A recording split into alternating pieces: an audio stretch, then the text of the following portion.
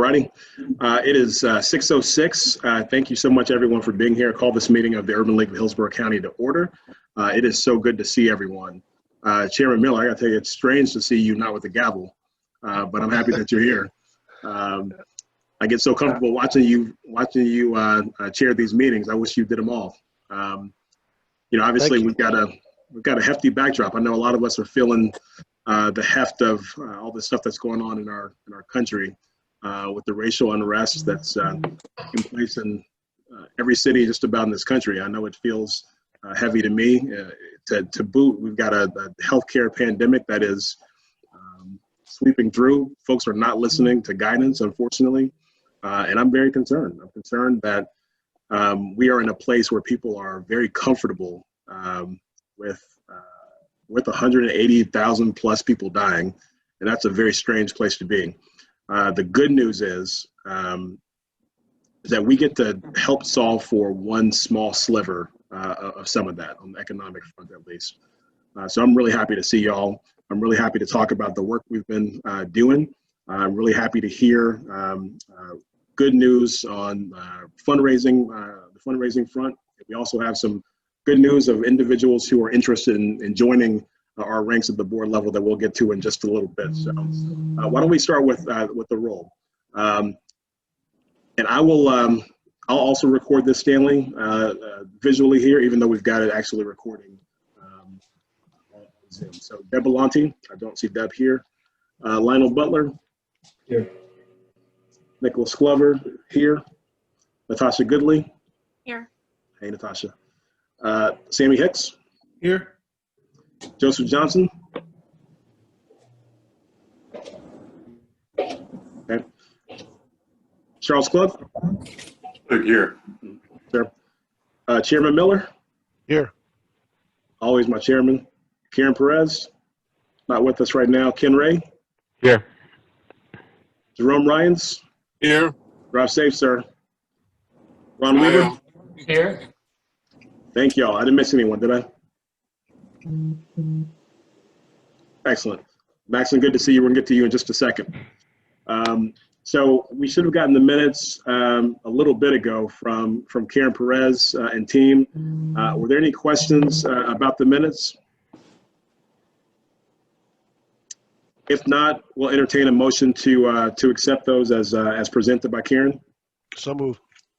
Second, Ken Ray. By Les Miller and seconded by Ken Ray. Thank you for that, gentlemen. All those opposed, please signify by saying aye. All those opposed? I meant favor. I told you I wanted you at the helm, right? All those in favor, please say aye. Aye. And without objection, we'll go ahead and approve those. Thank you all. So we are now in a period of our financial report and business. Sammy, if you wouldn't mind providing the treasurer's report, I know we've got some pretty good news. Yeah, thank you. Echo. Yep, let me turn that off. I'm not sure. It says that host disabled attendee screen sharing. So with that, and in an effort not to delay, I'll just jump right into the financial report as of September 2020. The good news is you're being connected, but we're going to record it, and I'll give it to you. Okay. And what I'll do is I'll send this to you, Stanley, afterwards so that it could be included within the minute. The good news as of September 1st, 2020, our ending balance in our account is $33,501.90. We began our beginning balance was $17,601.67. From an income perspective, we had donations, and these are donations via our Stripe process of $3,413.66. Tampa General gave a donation of $250, and then we had other deposits of $12,740, bringing our total deposits and credits for this period of time at $16,466. And we did have some minor expenses. The minor expenses that we'll see on a monthly basis are ADP payroll, which was $48, Zoom, which we are afforded the opportunity to conduct our meetings via Zoom, was roughly $150, actually $149.90. AmTrust Northern was our workman's compensation. That amount was $275, and then Tico Electric was $30.53. So the net of it is we're in real good financial position. We have a ending balance, as I said at the onset, of $33,501.90. I would just encourage everyone to continue to spread the value proposition associated with this organization. There's still a lot of participants and potential volunteers that we haven't tapped into. In addition to that, there are some organizations that we haven't tapped into. But as a result of the efforts of each one of you on this call, including Stanley Gray, we have a net positive position for the third time of $33,501.90. Subject to any questions, that concludes the Treasury report. Thank you, Sammy. I do have one, actually a couple questions. The first one, are there any outstanding checks, Stanley, from any corporate partners that were not recognized in Sammy's numbers? Well, there are a few things that are not in that sum. One is the AT&T. Today we got commitments from the Republic Bank as well as the Bank of Tampa. And if you look at, and our treasurer is telling us what we have, we actually have committed or promised, because we do get some funds on a monthly basis, about $100,000. Thank you, It's Stanley. not in the account, but like we have one person who's basically pledged $20,000, but they're given just a certain amount every month. But I'm not really concerned right now with fundraising. I'm concerned right now with building a membership base, so when we do start fundraising, we'll be able to hit all of our corners.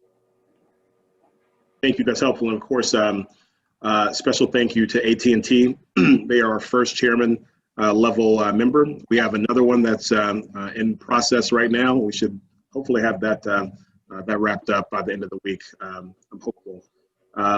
Sammy, other question I had for you, you mentioned that, again, it's a relatively small number, but the $100 plus amount for Zoom, is that reflective of a nonprofit rate?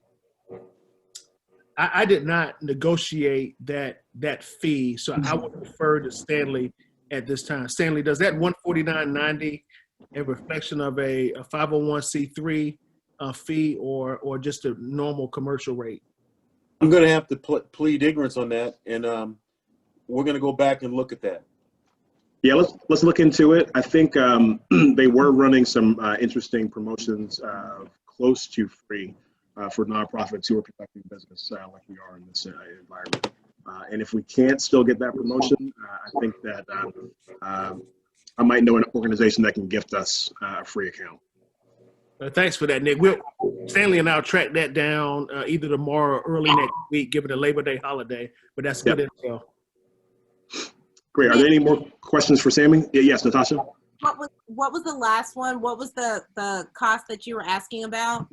That was the cost that Sammy mentioned that is for the membership of Zoom to be able to use this platform. Got it. Yeah. And so. And the reason why there's a cost, Natasha, is because the free version, I think, only gives you 40 minutes, of course, and the extended one gives you as much time as you need. But I still think we can reduce that cost even more. It's $100, not a big deal, but Is that $100 a month?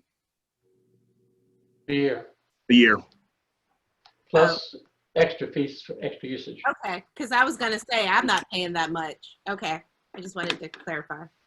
We're nitpicking here because this is other folks' money, right? People have invested in us. I want to make sure we're good shepherds. Right? No, I'm with you on it. Okay, perfect. So why don't we go ahead, Lionel? You're still here, right? Yeah, I'm still here. Here, thank you. So if there are no more questions for Sammy, why don't we move on to our marketing report? Lionel and his team have done a wonderful job keeping the Urban League top of mind, constantly posting on Facebook. Lionel, give us an update. Okay, so we launched our Monday Motivation Series, and this features inspirational quotes from African Americans on an Urban League template. for the next 30 days, we're going to cater a lot of our social media posts to voter registration. The deadline for voter registration is October 5th, and we just want to spread awareness and provide all the resources available so that the residents can register to vote. We've been providing information and financial resources to residents facing eviction due to COVID-19. Recently this week, the moratorium on evictions was extended through the end of 2020. And we just want to make sure that once that moratorium is lifted, that we have resources in place to assist residents. We have successfully completed a mental wellness session with help. If you're not speaking, if you wouldn't mind muting your line. All right, go ahead, Lionel. We successfully completed a mental wellness session with Helping Homes Counseling with a team from Hillsborough. And we are looking to continue this program where we partner with mental wellness services in the Hillsborough County area to partner them with teens and individuals who are affected by COVID-19.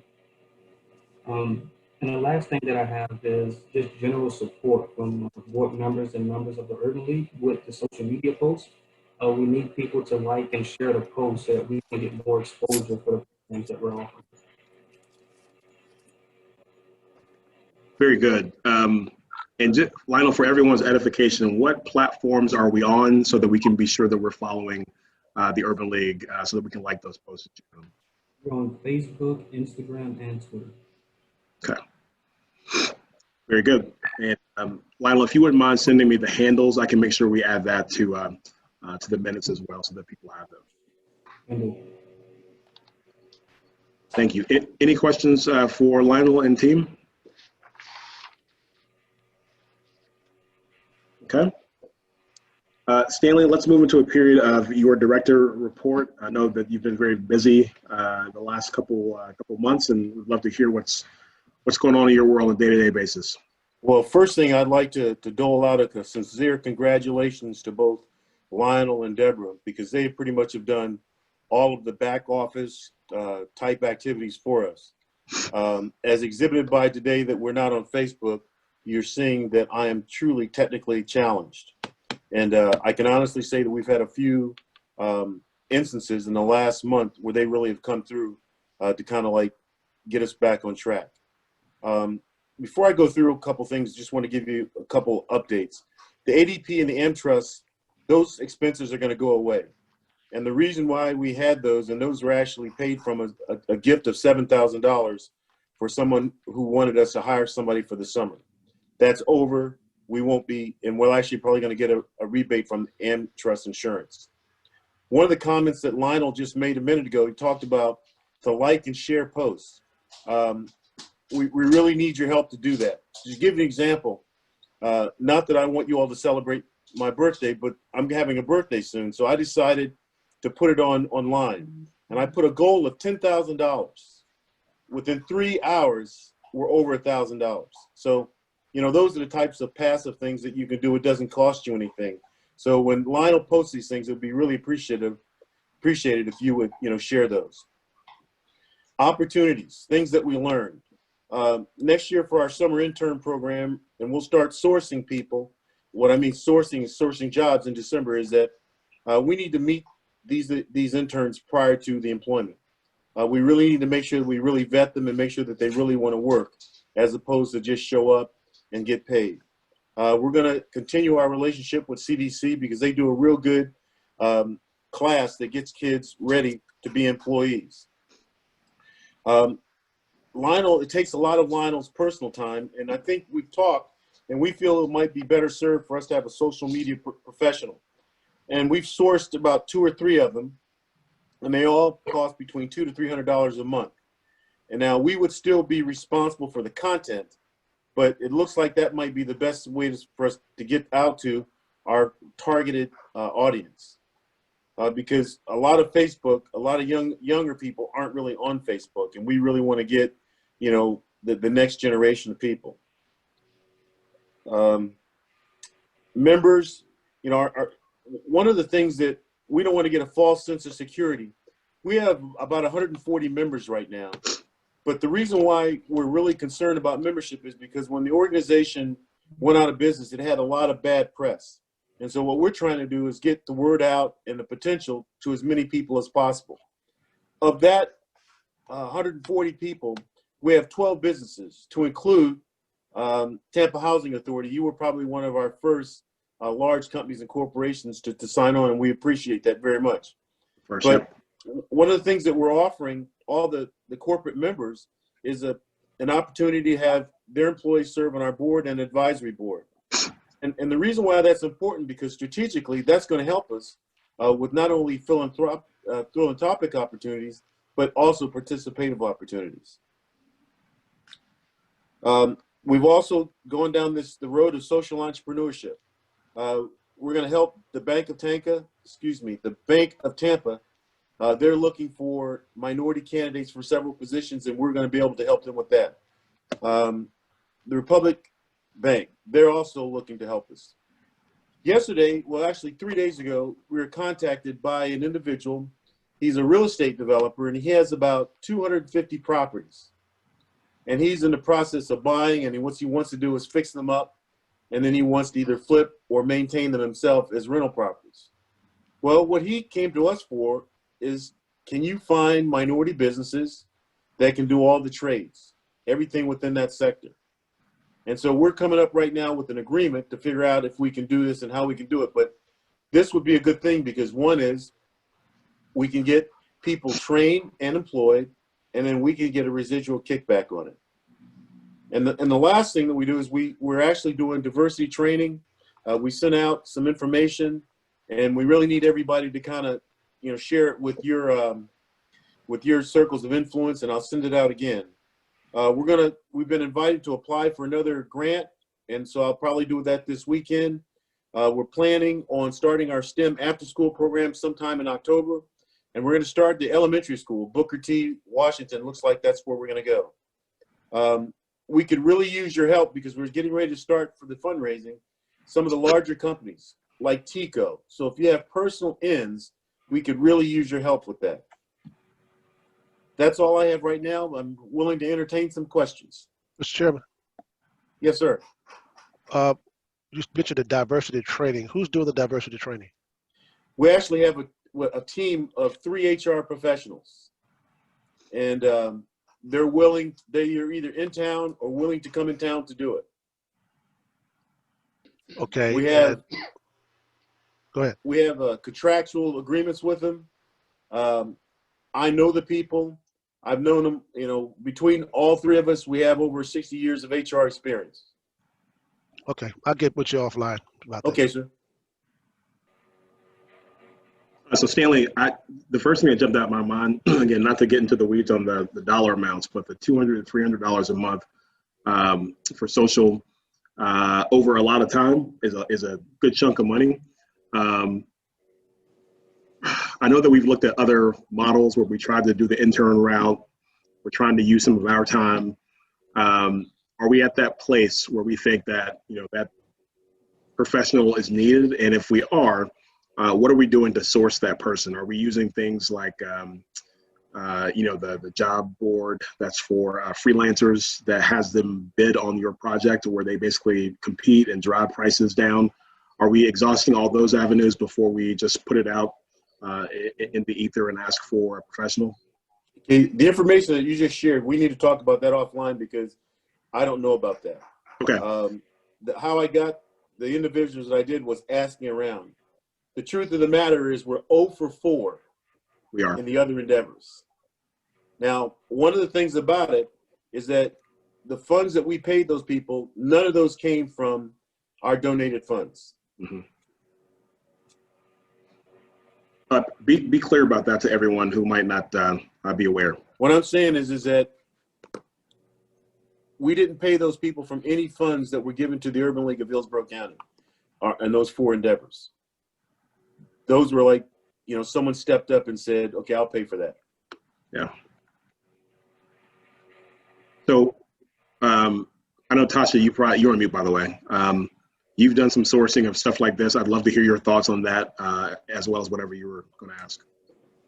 My question was kind kind of along the lines with the social media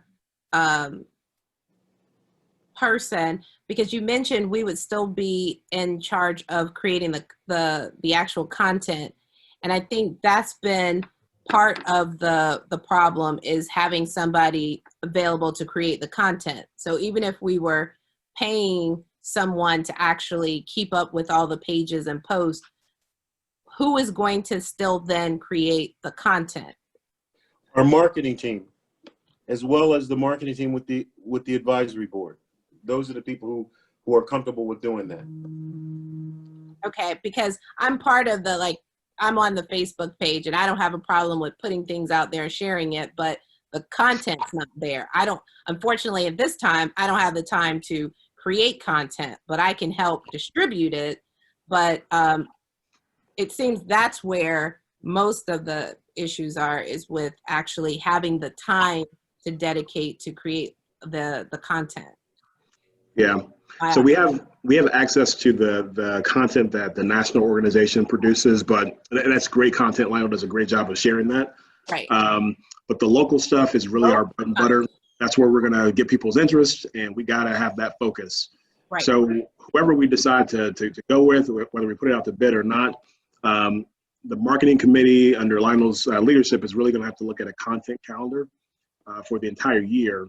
We know that there are things that are going to happen because it's a part of the calendar year, so that it's not an undue burden on someone on a week-to-week basis to come up with, visual content for us. Right. And again, I'm open to ideas, but because I want it to be cost effective, I also want it to be efficient, and I don't want it to be undue burden on any individual who's volunteered their time. But I can also tell you that we're not penetrating the individuals who we're trying to go after the way we're doing it. We're not. Now, let's just say we did do a contract, it's going to be performance based.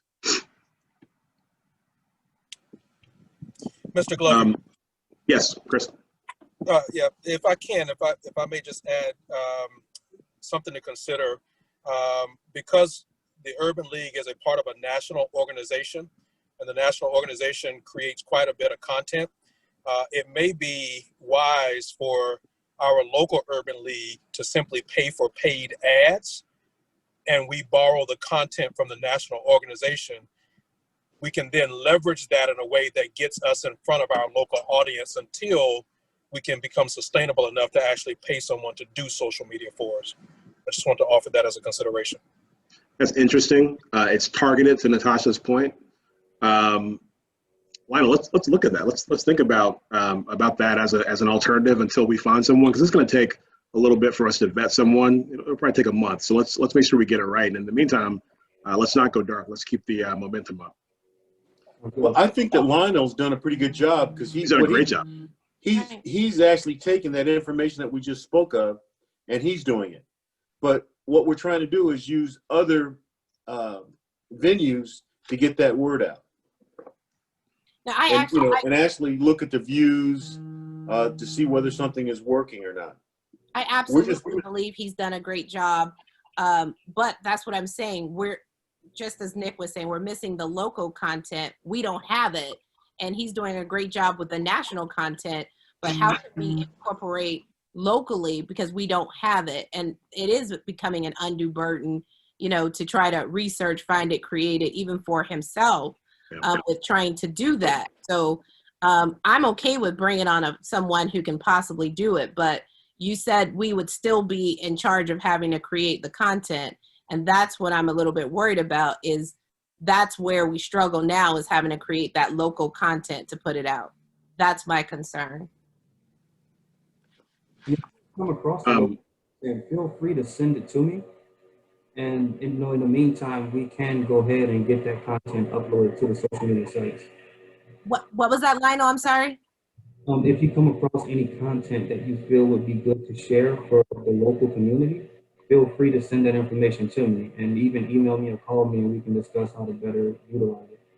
Right, that's what I'm saying. I don't come across it, and during this time, I'm an essential employee working, so I don't have the time to create it. So That's what I'm saying. We're talking about having that social media piece. We need to have somebody who can create it. I think we don't need to just look at bringing on a team that can help distribute it. We need some help with creating that local content. So I think it's more the process. I think what you two are saying is complementing each other well. We follow, all of us, the right sources. I mean, gosh, we have the chairman of Hillsborough County Commission with us, right? We get all the content from the county and the city, from the various chambers, from the port. Ron Weaver sends us just about everything we possibly need. So we basically need a content calendar, a funnel, and someone that can actually put the things that we are using in our visual identity, in our voice, and then to disseminate that. That's what we're looking for. So we'll start the process of looking at that. Stanley, I'll give you the link to a couple of those task RFP sites for freelancers. The other piece, Lionel, I was thinking about while you were talking about sharing and liking and reposting, is there a couple intermediary between people and social media platforms like Social Toaster? The way they work is all of us would be ambassadors for the Urban League of Hillsborough County. You would give the Urban League of Hillsborough County permission to post things on your social media automatically, so that you don't even have to do any likes or retweets or shares. Once you're an ambassador, it does it automatically. I think that's probably money well spent. The other good thing about that is if someone wanted to be involved in the Urban League, didn't want to give us $1,000 for a higher level membership, but they wanted to be helpful, they could sign up as a social media ambassador and be a part of this program. So Lionel, I'll give you information on that as well. Stanley, you did mention going back to our bread and butter, the jobs, the internships, and you mentioned October. Do you think we're in safe territory to really start marketing those things, given where we are? You know, it's kind of interesting because I would rather do that and have to cancel something, like specifically in October, the after school program, than not do anything. I just think we'd be better served. And then when you start talking about, next summer, you have to get everything all together. There's a lot of parts. And if we have to cancel, we have to cancel. Okay. But it's just like, to give you another example, we were supposed to have an art fair on the 24th. Well, the person who was putting it all together, they had a death in the family. So what we're going to have is a community talk. And that's something that is going to start being, publicized, how to make sure that your business is considered a legitimate business. And we'll come up with the title. We're talking with the presenter next week and everything. And that's going to be a virtual thing. We're being flexible, but we can't do nothing. So we have to do something. Ron or any other lawyer on the meeting here, when we start to do stuff like that, should we be concerned about limited liability? Should we be concerned about any of the things that could come our way? Are we indemnified by virtue of being? Walk us through that, Ron, if you're able to. You're on mute.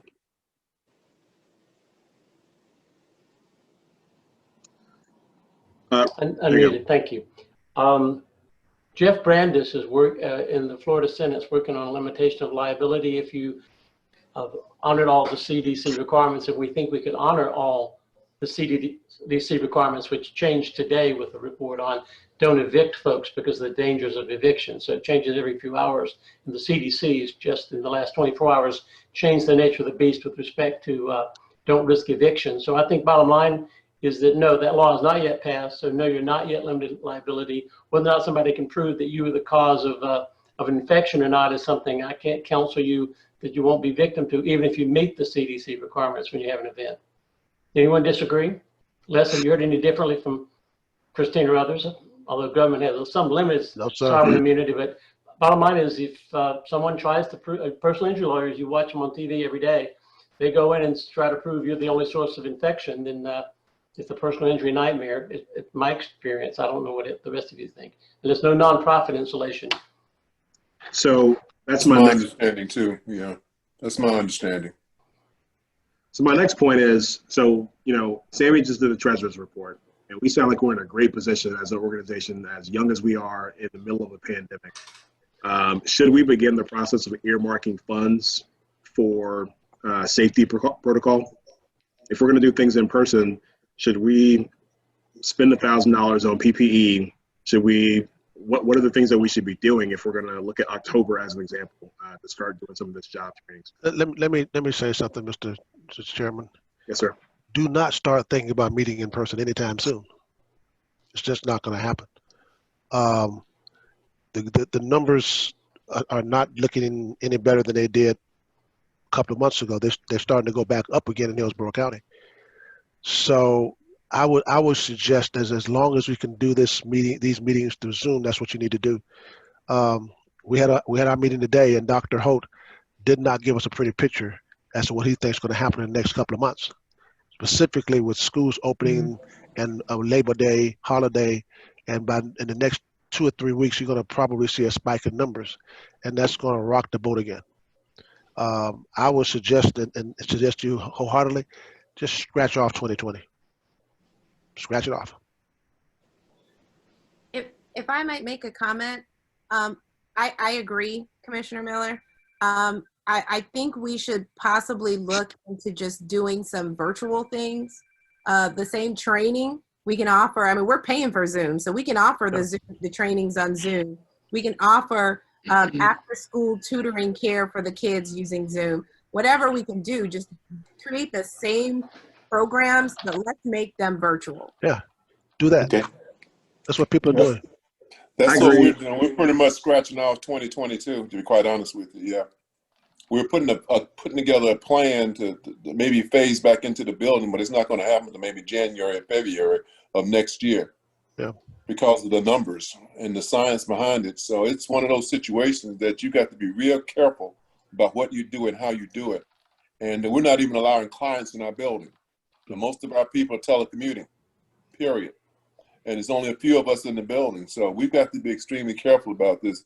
I'm sure, and no reflection on you, Ron, there's some lawyers sitting out there waiting on an opportunity.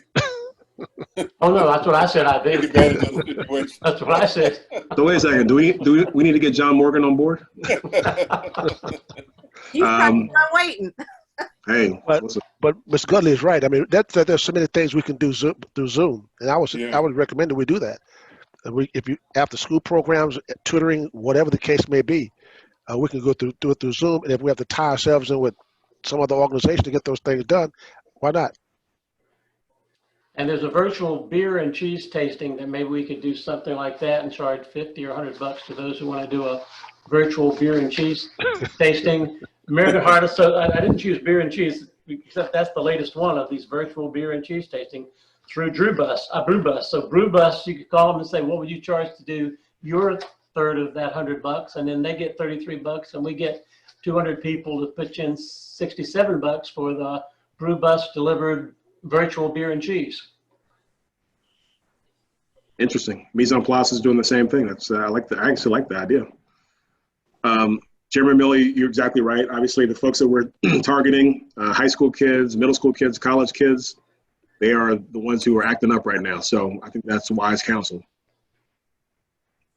Counsel taken, and will be executed. So the only other piece, Stanley, did you want to talk about the advisory board update, or did you want me to do that in my? I'd like you to do that. Is Max on board? Yep, right in there in the middle. So obviously we're in the phase where we've got our advisory board underway. Question might come up: what's the difference between this board and the advisory board? Max isn't going to talk about that, but obviously, we are here in a governance capacity, looking at the finances, looking at the overall operations of the organizations.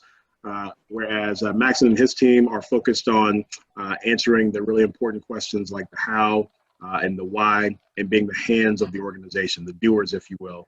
And we are very fortunate to have them. They actually met about a week and a half ago. So Max, I don't want to put you on the spot here, but would you care to share an update on your conversations with your team? Thank you, Nicholas. Can everyone hear me? Yes, I hear you well. All right, awesome, awesome.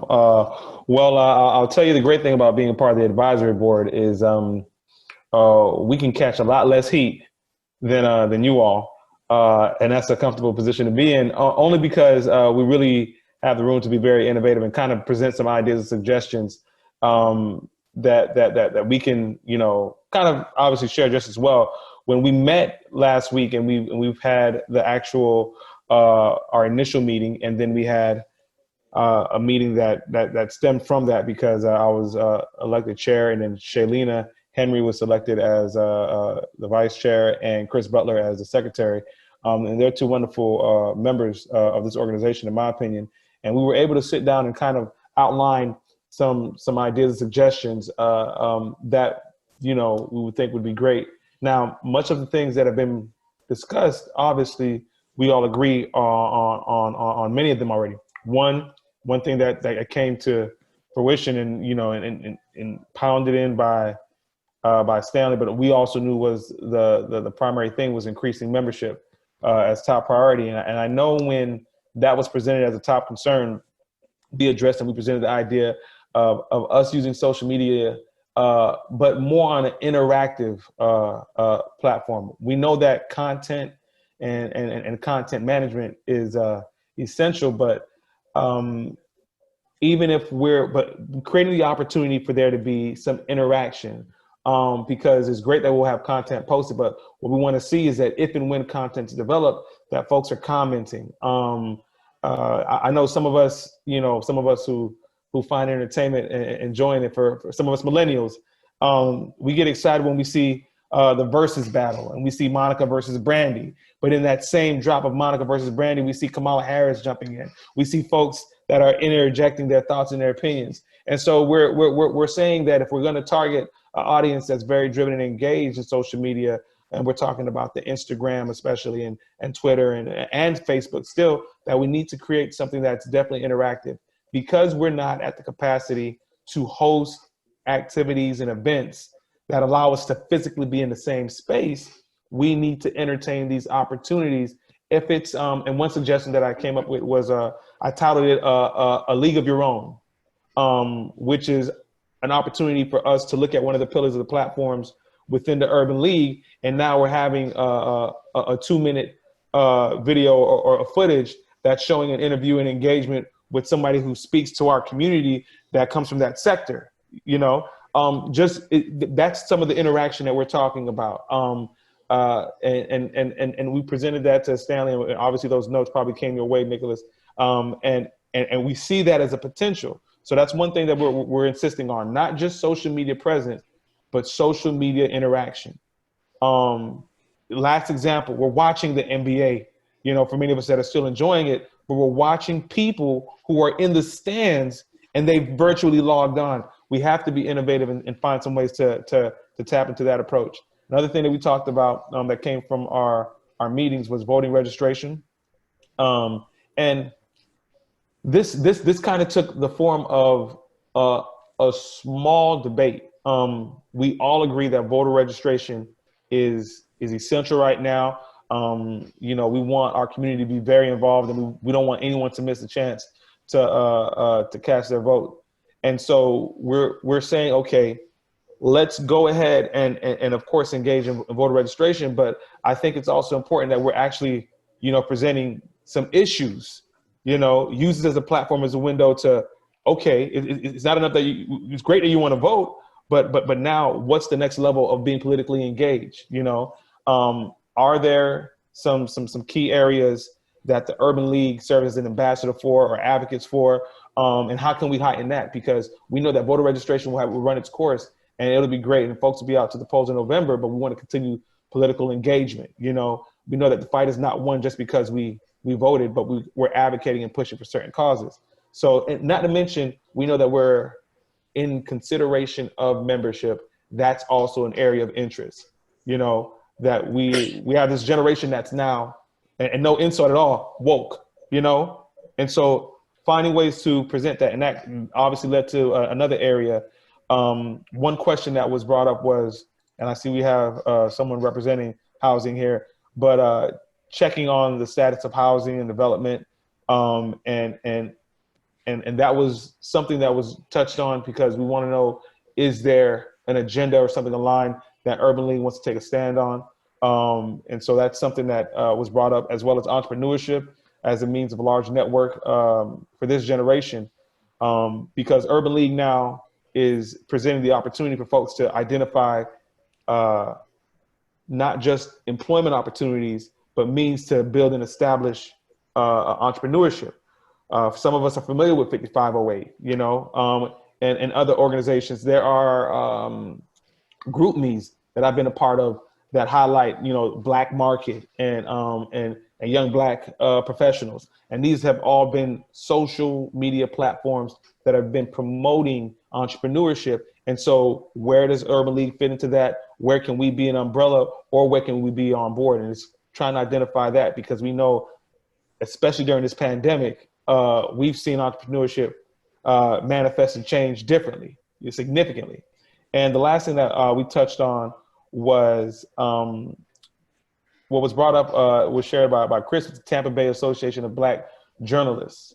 And so something of a press release, or us now having more presence via the media, you know, what can we share? Because that's also content that we share on our social media platform. If we are able to get an interview with a major local news network, you know, letting folks know, almost as if a public announcement, you know, that even though, you know, COVID is active, so is the Urban League, you know, and this is what they're doing, and this is who their leaders are. And in that spotlight, we'll have that, obviously, that media coverage, but because of social media, we'll be able to constantly share it and have folks like, and that creates and establishes content. So those are some things that the advisory board has met on and already discussed and kind of brought and shared within those notes. But when we come up with an idea, we simply go to Stan and we say, Stan, how can we make this happen? And obviously he tells us what's feasible via the budget, the resources, as well as now if he has to work on establishing some of these resources. Has been busy. I guess we have. I guess we have. Max, I love everything you shared. It makes the things that we're talking about real, which was the intention of the advisory board. So I appreciate you and your team. Your executive team, that's a really good executive team. I know that the folks who are there are really are professionals. Chris Butler, obviously, his background with media relations and messaging is really going to be helpful to the group. And just really appreciate your efforts so far. Thank you. Thank you. Any Glover, questions for Maxine? Mr. Glover, I hate to leave you, but I have 2 more Zoom meetings tonight, and one's getting ready to start in about 10 minutes. I got to get prepared for. So whatever y'all need from me, please give me a yell, give me a call. I'm easy to find. So you all have a good night. Stay safe. Have a great weekend. Can we do a vote right quick before you leave? Yes. Can we really do a quick? vote? Let's change our agenda really quickly. We do have 2 folks up for consideration, Christopher Hunter and Pastor Harris. Everyone should have gotten the bios for both. In the interest of time, I will be very brief. Christopher Hunter comes to us as an expert in policy matters. He's been an AUSA in the Southern Florida District. He has been a special agent, and we are really fortunate enough to have his expertise and interest in joining us as an urban leader. We've got Reverend Harris, of course, who is a community advocate, local pastor who does great work, variety of organizations, including Leadership Tampa. Can't get that twisted, right? Along with many others. We're very fortunate to have their interests. If there is no further debate on it, I would love to entertain a motion to vote on them as individuals. I move to put both on the board. I second. Is that both by unanimous consent, Ron Weaver? That's my motion. Okay. It's been motioned that we adopted by unanimous consent, seconded by Jerome. If there is no opposition, we'll go ahead and approve them by unanimous consent. Seeing none? Gentlemen, welcome. Thank you for waiting through our formal business. And Chairman Miller, get off to your next meeting. And they can now vote. Commissioner, do you have 1 minute? Pardon? Do you have 1 minute before you leave? Yes, ma'am. Here's just something that I've had a few clients mention. You know, when we look at the housing assistance, we automatically assume landlords are the people who have thousands of properties and they're multimillionaires. But we sometimes forget about the landlords who have one property or possibly two, and they might be in their retirement age, and they have tenants right now who aren't paying, and they're under the moratorium, so they don't have to pay. And so for some of these individuals, that was their income. Like that's what they planned for retirement and what they've done. So I've had a couple clients who've mentioned and asked, what if anything could be done or assistance for some of the people in those situations? Because I can tell you, I know from clients, I have some clients who have had money, are working, and aren't paying their rent because they don't have to. And unfortunately, they know that they have until the end of the year. They can just move out in the middle of the night before then get the next place, and they don't have to pay this rent. So it's unfortunate that some people are, of course, have already came up with a scheme of getting around this, and they're just not going to because they don't have to. And, you know, if you've got millions of properties, you probably were able to apply for PPP or the EIDL, and you got a lot of money. But if you've got one house that you rent out and you use that to supplement your income every month, you really didn't have access to that. And so it was brought to my attention of what can be done possibly to help some of those smaller people. And I didn't know if you knew, Commissioner Miller, if the county had already done something. So that's why I was asking if you had a second. And that's a good question. But the fortunate part about it, the part that you mentioned about people leaving without paying, is a very small number. And I do know that there are those out there that have one or two places that they rent, that there's their income. Our staff at the county, I think they're working around the clock, because every time we bring something up, the next day they have a program in place and ready to deal with it. I would suggest that you call the county and speak to Audrey Ziegler. I don't have her number in front of me, but if you call the county, I think she's in social services area. Her name is Audrey Ziegler. And tell her that you and I had a conversation, and she's the one that's been working with other staff members and developing these programs. And if there's not a program, you tell her what there is, there's probably something we may be able to put in place with the CARES dollars that we have, that we might be able to work with them on that. I don't have a number off the top of my head, but just call, if you call the county board there, someone should be able to answer the phone and tell you want to speak to Audrey Ziegler. They'll connect you with her. And some of them may have a corporation that qualifies for up to $40,000 of relief, depending on the size of the corporation. Yeah. It's called R3 on HillsboroughCounty.org. Right. The R3 program from Les and his team, up to $40,000 for qualified business that meets all the requirements. Some of those may have incorporated for liability prevention, even though they only rent one house. That one house may be a small corporation. Yeah. Right. For these people, it's not a business. I was afraid of that. Well, there are a few other programs. Yeah, that's other programs. Sole proprietor, seek a sole proprietor first. Give her a call. She can handle that. She'll answer those questions for you. Thank you. Okay. Excellent. Thank you, Mr. Chairman. Good night. You'll have a good evening. Be careful. All right, good night. Yeah. So, last couple things from me. I'll be very brief in the interest of time. We're doing great on time. Obviously, I'm preaching to the choir. You folks are on. I appreciate you. We are at that stage when we're having conversations with some of these bigger donors. We've gotten checks coming in from some real estate folks who were helpful, AT&T, like Stanley mentioned. And one of the questions they're asking is, what percentage of our board members are members or have contributed? We've got to be able to say that we are at 100%. It's so very important. If we don't have the skin in the game, they want to know why we don't. So we need you. We need you to share it widely, and we need you to lead by example. So if you haven't yet joined us, please do so, so that we can be able to say that we've got 100% participation, and that should never be a hang up when we're having these conversations. So I appreciate you all and all the efforts and work that you're doing, especially since you're already here today. That's all I have, Stanley. Unless there are any questions from anyone on the call, or if you want to share something that your organization, your actual job is doing that we should be aware of and possibly learn from or leverage. One quick one. The Tampa Bay Partnership has released, and I hope you've all seen it, the Tampa Bay Regional Equity Report, and it's fantastic on their website. It's the TampaBayPartnership.com, and it's the state of the region, and in this case, it's the equity report, and it deals with all those things that are 2.5 times more troublesome for African Americans. It doesn't really have a separation with respect to the Hispanic community. To its credit, it focuses on the disparities with respect to the African American community, and they are pretty dramatic in ways that just are horrifying, but they help us address the problem if we're going to close that gap. Can I say something real quick as a follow-up to that? I was on that call today when they went over that. And when we actually, you know, they're actually members of our organization, as well as they've given us a letter of support. They were really, when we were introduced to them, they were really surprised at how much our community assessment that we did matched up with what they said. But one of the things that I want you all to really understand, the employment opportunities that we're trying to create, they lead to living wage jobs within 18 months.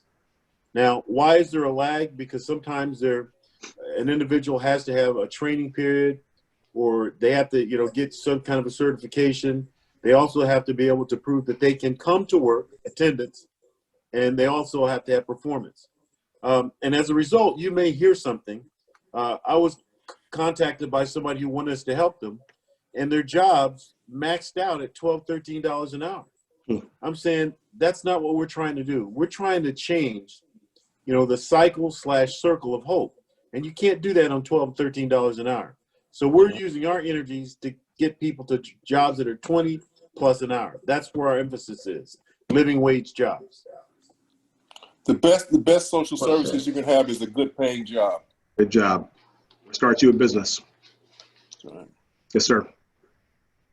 Well, I'm sorry, just to piggyback on that, today, actually in council, City Councilman Orlando Goods did a resolution on racial reconciliation.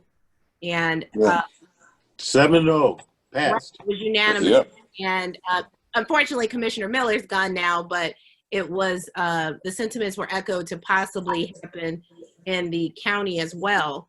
And so maybe possibly that's something that we can come forward and say we stand with council with this racial reconciliation resolution. That's what I'm kind of saying, what we're missing with the local pieces. We know the national pieces where the Urban League fits in, but where we can kind of get what's happening locally and kind of fit that in, but possibly piggybacking on everything that we're doing and putting something out in regards to that. Natasha, I think that's a great point. Yeah. But again, you know, one of the things that, you know, we want to do is come up with our content. And I spoke in that, I recorded something for that. But what we need to do is come up, like when Lionel says, hey, we're going to have a marketing meeting, we need to come up with the agenda, with the things we want to say for the next month or two or quarter. You got to put your hands up, because that's how we'll put that agenda together, what we need to say. And it'll be linked to what our strategic objectives and directions. I totally get it, but I don't want all of the Hillsborough County Urban League's agenda to be kind of placed on myself. And I know it's the entire board, but I'm saying that because I know I'm extremely busy, and I know I probably won't have much to give for the rest of 2020. As Commissioner Miller said, scratch it off the list. I don't have much to give, and I know we'll have a lot to do. That's why I was saying it might be pertinent to try to find someone who can do that, because it seems like not just myself, but for the others, we're all torn in different directions, but we still have to be able to put things forward for the Urban League. I think you're absolutely right. One of the things we have to begin to realize is just so much volunteers can do, especially those that have to get up in the morning and go to work and make things happen for themselves or make things happen for the organization. And there comes a time when you have to go out and get some professional help to do what really needs to be done. So we have to think about that, because people are busy, and you don't want to have to depend on volunteers getting things done. There comes a time we have to just look at our finances and say, these are things that we have to do to make a difference in this community, and hiring somebody professional makes sense to me. Yeah. And if you need somebody on an interim basis, Alex Sink and 4 or 5 other people in town use several hours a week of Debbie Schaefer. Have you ever heard of her? Shaffer. She's a professional organizer that Alex Sink and a few other people like that use for a couple of hours a day to handle their professional organizational needs. She's sort of a top flight executive secretary type that you might want to consider on an interim basis, or let her tell you who her competitors are with respect to that interimship, with respect to those administrative duties, if you do have to, farm some of them out. That's great. What I'll do is I've taken everything to council here, and I'll go back. And if anyone has any recommendations of somebody who you think could do the whole package for social entrepreneurship, if you can get them to me, I know it's short order, as soon as you can. Next week I'll start.